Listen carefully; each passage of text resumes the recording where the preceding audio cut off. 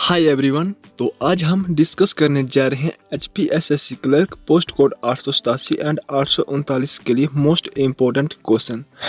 Miss ने guys आपका 29 अगस्त and 17 अक्टूबर, क्योंकि आपका जो पोस्ट कोड 887 है उसका एग्जाम है 29 अगस्त को और जो पोस्ट कोड 839 है उसका एग्जाम है 17 अक्टूबर को। गाइज 8:30 बज चुके हैं, तो जल्दी से सभी स्टूडेंट जो वो क्लास में आ जाए और अपने दोस्तों के साथ वीडियो को शेयर कर दीजिए ताकि वो भी इस क्लास को ले सके। और गाइज रोज़ रात 8:30 बजे हमारी ये वाली क्लास आती है, तो आप इस क्लास को लेना बिल्कुल भी ना भूलें। और आगे बढ़ने से पहले मैं आपको बता दूं गाइज कि अगर आप चैनल पर नए हो और अभी तक आपने हमारे यूट्यूब चैनल सब्सक्राइब नहीं किया है तो जल्दी से जल्दी सभी स्टूडेंट जो वो जितने भी स्टूडेंट क्लास को देख रहे हैं सभी स्टूडेंट यूट्यूब चैनल को हमारे सब्सक्राइब कर दीजिए और बेल आइकन को भी जरूर दबा दीजिए ताकि जब भी हम आपके लिए नेक्स्ट कोई इंपॉर्टेंट नोटिफिकेशन या नेक्स्ट डे यानी कि कल जब 8:30 बजे हमारी ये वाली क्लास आएगी तो उसकी नोटिफिकेशन आपके मोबाइल फ़ोन पर सबसे पहले ऑटोमेटिकली पहुंच जाएगी। इसलिए आप बेल आइकन को भी जरूर प्रेस करें। चलिए गाइज आपका ज़्यादा समय वेस्ट के बिना हम वीडियो को शुरू करते हैं। फर्स्ट क्वेश्चन आपकी स्क्रीन पर निस्पंद स्फीति है। स्टैगफ्लेशन इज क्या है गाइज निस्पंद स्फीति? तो ऑप्शन आपके सामने है। ऑप्शन नंबर ए वृद्धि के साथ स्फीति, ऑप्शन नंबर बी मंदी के साथ स्फीति, ऑप्शन नंबर सी वृद्धि के साथ अवस्फीति एंड ऑप्शन नंबर डी अवस्फीति के साथ स्फीति। आपको बताना है कि निस्पंद स्फीति क्या है। चलिए गाइज इस क्वेश्चन का जो राइट आंसर होगा वो होगा ऑप्शन नंबर बी, यानी कि जो निस्पंद स्फीति है वे है मंदी के साथ स्फीति। तो B is the right answer. चलिए गाइज जो अगला प्रश्न है भारत के मुख्य आयात में शामिल है। तो ऑप्शन ए है औद्योगिक निर्मित वस्तुएं, ऑप्शन बी है कच्चा माल, ऑप्शन सी है कृषि उत्पाद एंड ऑप्शन डी है केवल ए और बी। आपको बताना है कि भारत के मुख्य आयात में शामिल क्या है। तो गाइज इस क्वेश्चन का जो राइट आंसर होगा वे होगा ऑप्शन नंबर डी, यानी कि केवल ए और बी, यानी भारत के जो मुख्य आयात में शामिल है उसमें औद्योगिक निर्मित वस्तुएं भी है और कच्चा माल भी है। दोनों इसके राइट आंसर हो जाएंगे। अगला प्रश्न है आपकी स्क्रीन पर 73 भारतीय बजट विभाजित होता है। The Indian budget is divided into. तो ऑप्शन ए है राजस्व बजट में, ऑप्शन बी है पूंजी बजट में, ऑप्शन सी है ए और बी दोनों में एंड ऑप्शन डी है इनमें से कोई नहीं। आपको बताना है कि जो भारतीय बजट है वे किस में विभाजित होता है, रेवेन्यू बजट में या फिर कैपिटल बजट में या फिर दोनों में या फिर इनमें से किसी में भी नहीं। तो गाइज इस क्वेश्चन का जो राइट आंसर होगा वे होगा ऑप्शन नंबर सी, यानी कि राजस्व बजट में भी पूंजी बजट में भी B C is the right answer. तो गाइज अगला प्रश्न है 74 है आपकी स्क्रीन पर कि निम्न में से कौन सा रिजर्व बैंक ऑफ इंडिया का कार्य नहीं है। ऑप्शन ए है करेंसी नोट जारी करना, ऑप्शन बी है सरकार की बैंकर, ऑप्शन सी है बैंक के लिए बैंकर एंड ऑप्शन डी है उद्योगों को प्रत्यक्ष ऋण देना। आपको बताना है कि रिजर्व बैंक का कार्य नहीं है इन चार ऑप्शन में से। तो गाइज आप सभी ऑप्शन को पढ़ लीजिए, उसके बाद आप अपना क्वेश्चन जो वो दे सकते हैं, अपने क्वेश्चन का राइट आंसर कर सकते हैं। आप सभी को पता होगा कि जो रिजर्व बैंक है वे करेंसी नोट जारी करता है और सरकार की भी बैंकर है, बैंक के लिए बैंकर है। ये तीनों क्या है रिजर्व बैंक के कार्य। बट जो नहीं है वे है ऑप्शन डी, उद्योगों के लिए प्रत्यक्ष ऋण देना। ये RBI का कार्य नहीं है। चलिए अब हम अगला प्रश्न देख लेते हैं। गाइज मैं आपको बता दूं कि हम जितने भी आपके लिए क्वेश्चन लेके आते हैं, चाहे हमने पिछले आपको क्वेश्चन करवाया या फिर जो हम आगे आपको करवाने वाले हैं आने वाले दिनों में, तो सभी क्वेश्चन जो है इंपॉर्टेंट एंड सिलेक्टेड है गाइज। और किसी न किसी एग्जाम में ये क्वेश्चन पहले से आए हुए हैं, तो आप पेन कॉपी लेके बैठिए गाइज। जो क्वेश्चन आपको नहीं आता है उसको जरूर नोट करिए, क्योंकि सभी के सभी क्वेश्चन मोस्ट इंपॉर्टेंट रहने वाले हैं आपके एग्जाम पॉइंट ऑफ व्यू से।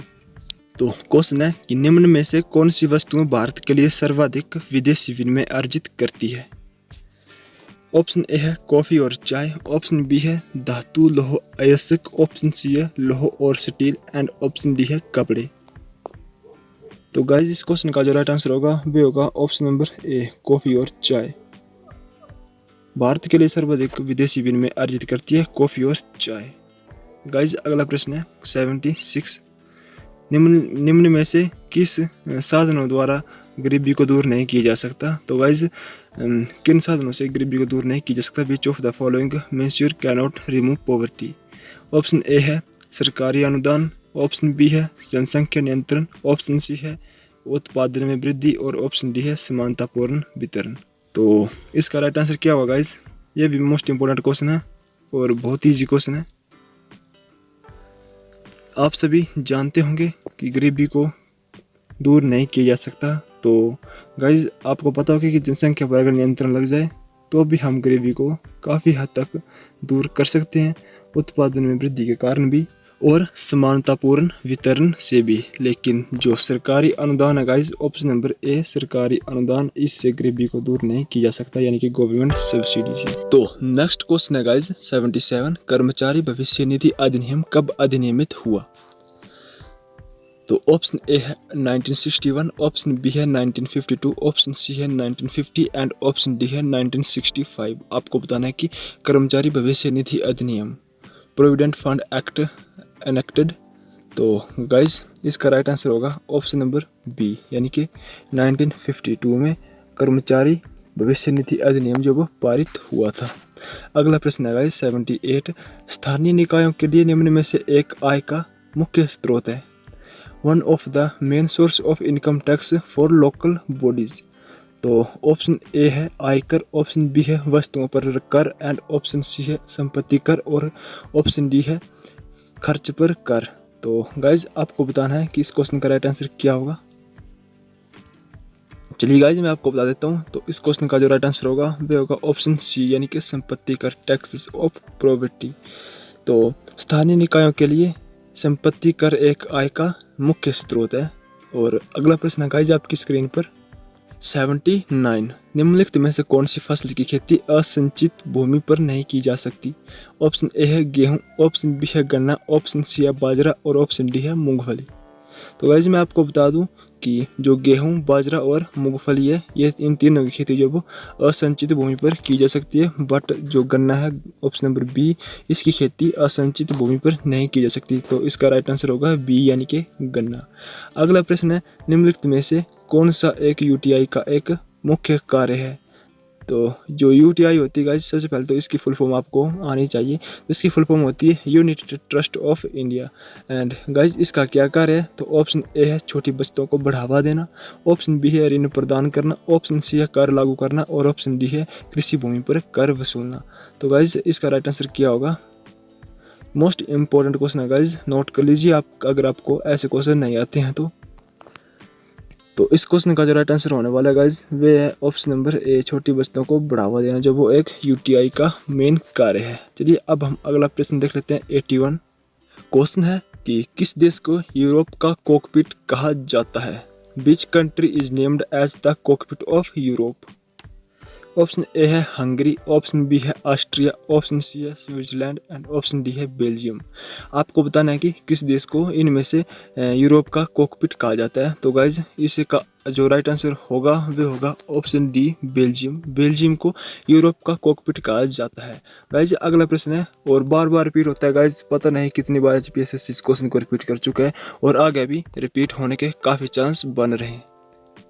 क्वेश्चन है सबसे चमकीला ग्रह कौन सा है?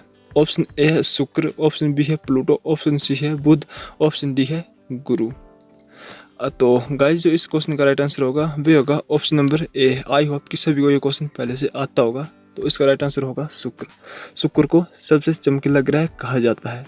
गाइस अगला प्रश्न है 83। तो प्रश्न है कि रिफ्ट वैली इज, यानी कि ब्रिभंस घाटी है, तो क्या है? ऑप्शन ए है भूमि जिसका मुख लंबा और संकीर्ण होता है, ऑप्शन बी है पहाड़ियों में एक गहरी घाटी, ऑप्शन सी है घाटी जिसके पेशरबों पर विशाल पर्वत होते हैं एंड ऑप्शन डी है इनमें से कोई नहीं। आपको बताना है कि रिफ्ट वैली क्या है। तो गाइज ये है ऑप्शन नंबर ए, यानी कि ये एक भूमि है जिसका मुख लंबा और संकीर्ण होता है। तो इसका ए राइट आंसर हो जाएगा। तो guys A is the right answer. चलिए अब हम अगला क्वेश्चन देख लेते हैं। तो क्वेश्चन है कि डेल्टा इज, यानी कि नदीमुख भूमि है, तो क्या है नदीमुख भूमि? ऑप्शन ए है वितर्क नदियों के बीच की त्रिकोणीय आकार की भूमि, ऑप्शन बी है जमा हुआ कीचड़, ऑप्शन सी है टूटा हुआ सेल और ऑप्शन डी है इनमें से कोई नहीं। क्या है गाइज डेल्टा क्या है? तो ऑप्शन नंबर ए इसका राइट आंसर होगा, यानी कि वितर्क नदियों के बीच की त्रिकोणीय आकार की भूमि जो वो एक नदीमुख भूमि होती है। तो A is the right answer. Guys अगला प्रश्न है 85। सबसे छोटा दिवस है गाइज आई होप कि क्वेश्चन सभी को आता होगा। सबसे आसान क्वेश्चन है, तो सबसे छोटा और सबसे बड़ा दिन तो आपको आना ही चाहिए गाइज, आप बचपन से पढ़ते आ रहे हैं। तो गाइज क्वेश्चन है कि सबसे छोटा दिवस है। ऑप्शन ए है 24 दिसंबर, ऑप्शन बी है 21 मार्च, ऑप्शन सी है 22 दिसंबर और ऑप्शन डी है 23 सितंबर। जो सबसे छोटा दिवस है गाइज वे क्या है? तो इसका राइट आंसर होगा ऑप्शन नंबर सी, 22 दिसंबर जो वो सबसे छोटा दिवस होता है। बट गाइज अगर आपसे एग्ज़ाम में आ जाए कि सबसे बड़ा जो दिवस है वे कौन सा है, तो गाइज वे है 21 जून। 21 जून जो है गाइज वे सबसे बड़ा जो दिन है और 22 दिसंबर सबसे छोटा दिन है। और एक क्वेश्चन 21 जून से और बनता है गाइज, 21 जून वाले दिन अंतर्राष्ट्रीय योगा डे भी मनाया जाता है, वे भी 21 जून को ही मनाया जाता है। तो गाइज इस तरह से आपको क्वेश्चन इन जो छोटे छोटे क्वेश्चन होते हैं, आसान आसान क्वेश्चन, इनको याद रखना है। पता नहीं गाइज आपसे यही क्वेश्चन एग्जाम में आ जाए तो पता नहीं होता कुछ भी। तो गाइज आपको ध्यान रखना है, ध्यान से पढ़ना है, जो कुछ नहीं आता है उसको नोट कर लेना है। अगला प्रश्न है 86, इराक का पुराना नाम क्या था? ऑप्शन ए है फॉर्मोसा, ऑप्शन बी है सियाम, ऑप्शन सी है मेसोपोटामिया एंड ऑप्शन डी है इनमें से कोई नहीं। गाइज जो इराक का पुराना नाम है इसका राइट आंसर होगा ऑप्शन सी, मेसोपोटामिया इसका राइट आंसर हो जाएगा। यानी कि जो इराक का पुराना नाम है वे मेसोपोटामिया है।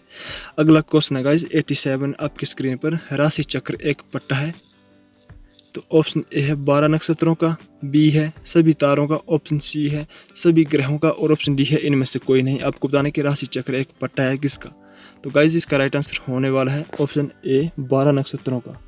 जो राशि चक्र है ये एक 12 नक्षत्रों का पट्टा है। चलिए अब हम अगला क्वेश्चन देखते हैं, कर्क संक्रांति होती है। गाइस ये भी मोस्ट इंपोर्टेंट क्वेश्चन है। ऑप्शन ए है 21 मार्च को, बी है 21 जून को, सी है 22 सितंबर को और डी है 22 दिसंबर को। आपको बताना है कि कर्क संक्रांति होती है कब। तो गाइस इसका आंसर होगा ऑप्शन बी, 21 जून को, जब अंतर्राष्ट्रीय योगा दिवस होता है 21 जून को मनाया जाता है और सबसे बड़ा दिन भी 21 जून को ही होता है। तो कर्क संक्रांति भी 21 जून को ही होती है। गाइस अगला क्वेश्चन है काफ़ी इंपॉर्टेंट क्वेश्चन है, बर्फ की झोंपड़ी जहाँ एस्किमो रहते हैं वे कहलाते हैं। ऑप्शन ए है इग्लू, बी है लैगून, सी है ओएसिस एंड डी है इनमें से कोई नहीं। तो इस क्वेश्चन का जो राइट आंसर होगा इसमें होगा ऑप्शन ए, इग्लू।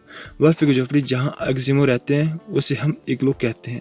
अगला क्वेश्चन है कि विश्व का सबसे बड़ा द्वीप कौन सा है? ऑप्शन ए है न्यू गिनी, ऑप्शन बी है बोर्नियो, ऑप्शन सी है ग्रीनलैंड और ऑप्शन डी है मेडागास्कर। आपको बताना है गाइस कि सबसे बड़ा द्वीप कौन सा है विश्व का। तो मुझे लगता है कि काफ़ी स्टूडेंट को ये क्वेश्चन पहले से आता भी होगा और बार बार एग्जाम में रिपीट होता है गाइस। अगर आपको नहीं आता तो जरूर नोट कर लीजिए, मोस्ट इंपॉर्टेंट क्वेश्चन है। तो गाइस इस क्वेश्चन का जो राइट आंसर होगा वो होगा ऑप्शन सी, ग्रीनलैंड। ग्रीनलैंड हो जाएगा इसका राइट आंसर, यानी कि विश्व का जो सबसे बड़ा द्वीप है वे ग्रीनलैंड है। चलिए गाइस अब हम अगला क्वेश्चन देख लेते हैं। 91 आपकी स्क्रीन पर है। भारत का प्रथम मुक्त विश्वविद्यालय कहाँ स्थापित हुआ? तो आपको बताना है गाइस कि the first open university in India was established eight.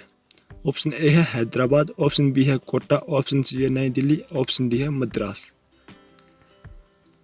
तो जो विश्व का पहला मुक्त विश्वविद्यालय स्थापित हुआ था गाइस वह होता है ऑप्शन ए, हैदराबाद में। Option A is the right answer. अगला प्रश्न है गाइस, प्रश्न काफी इंपॉर्टेंट है। 10 यू कौन थे? Who were 10 U? जो 10 यू थे गाइस वो कौन थे? ऑप्शन ए है पुजारी या शिक्षक थे, व्यापारी तथा कारीगर थे, वे शासक तथा योद्धा थे एंड ऑप्शन डी है भारत के मूल निवासी थे। गाइस आपको बताना है कि 10 यू कौन थे? तो ये थे भारत के मूल निवासी। Option D is the right answer. अगला क्वेश्चन बहुत ही इंपॉर्टेंट क्वेश्चन है, आपके एग्जाम में गाइस क्वेश्चन आ सकता है। बुद्ध का जन्म कहाँ हुआ? भगवान बुद्ध का जन्म कहाँ हुआ? ऑप्शन ए है राजगृह, ऑप्शन बी है मगध, ऑप्शन सी है कौशल, ऑप्शन डी है लुम्बिनी। गाइस आपको बताने कि इसका राइट आंसर क्या होगा। चलिए अब मैं आपको बताता हूँ। तो इस क्वेश्चन का जो राइट आंसर होगा गाइस भी होगा ऑप्शन डी, लुम्बिनी। बुद्ध का जन्म लुम्बिनी में हुआ था।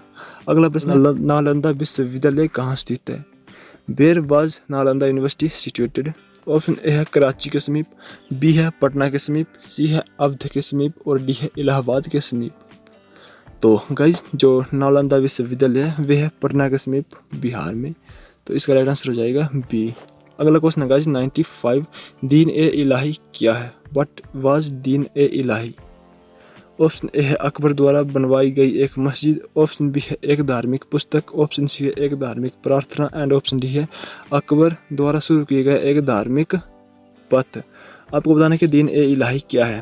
तो गाइज इस क्वेश्चन का जो राइट आंसर होगा वह होगा ऑप्शन डी, जो दीन ए इलाही है वे अकबर द्वारा शुरू किया गया एक धार्मिक पथ है।